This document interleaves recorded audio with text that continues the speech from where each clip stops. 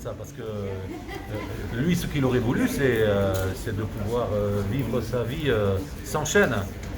Pour être un peu plus sérieux, cet arrêté anti-SDF, on l'appellera comme ça, franchement, c'est une population qu'on stigmatise, on jette l'opprobre sur les gens les plus précaires de la société. Et c'est pas comme ça qu'on résout les problèmes. Cette décision-là, elle a été prise sans aucune concertation. Moi, en tant qu'élu municipal de la minorité, nous n'en avons pas discuté. Nous découvrons ça par la presse. C'est à peu près scandaleux parce que ça va.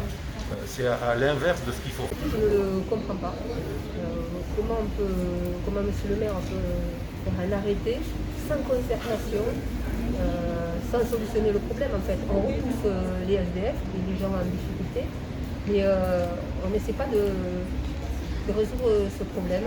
Je fais la maraude comme je la fais une fois par semaine avec une association qui s'occupe de la maraude. J'ai trouvé, je l'ai en tête tellement je suis marqué, j'ai trouvé 3 hommes à 3 endroits différents qui sont exactement dans la même situation, rupture familiale.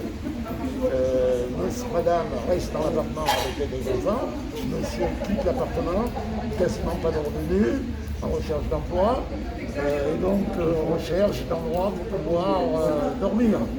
Ma nuit, qui appartient à la communauté d'agglomération, ouvert uniquement la nuit, la journée on dégage et donc on ne sait pas opposer les affaires, donc ça ne va pas fonctionner.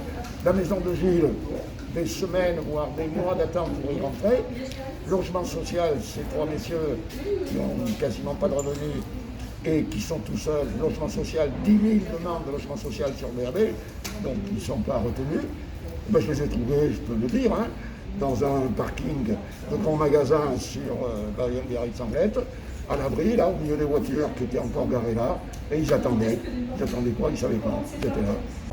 Tout le monde le sait, tous les travailleurs sociaux, toutes les associations qui interviennent sur le terrain, et elles sont nombreuses, elles ont peu de moyens, elles, par contre, et puis qu'on voit que là, on dépense de l'énergie et sûrement un peu d'argent pour mettre en place cet arrêté, qui ne résout rien donc sur le fond. Et nous, ce qu'on souhaite, c'est qu'on puisse s'intéresser de très près, donner les moyens à ces associations qui interviennent comme le Point Accueil Jour, comme la Croix-Rouge, comme la Table du Soir, de pouvoir avoir des moyens conséquents, notamment locaux, pour aider au mieux ces populations qui sont les plus précaires de la société. Ce que je trouve qui ont trouvé du boulot me disent le problème, c'est que je suis à la rue, j'ai 30 kilos de bagages qui sont là. Si je vais bosser, qu'est-ce que je fais des kilos de bagages? Il n'y a pas de bagagerie sur le BAB, ce qui est un scandale. Je ne demande pas une maison de retraite à 5 millions d'euros, je demande une bagagerie à 2 000, 3 000 euros. Bon, mais je vais arriver où?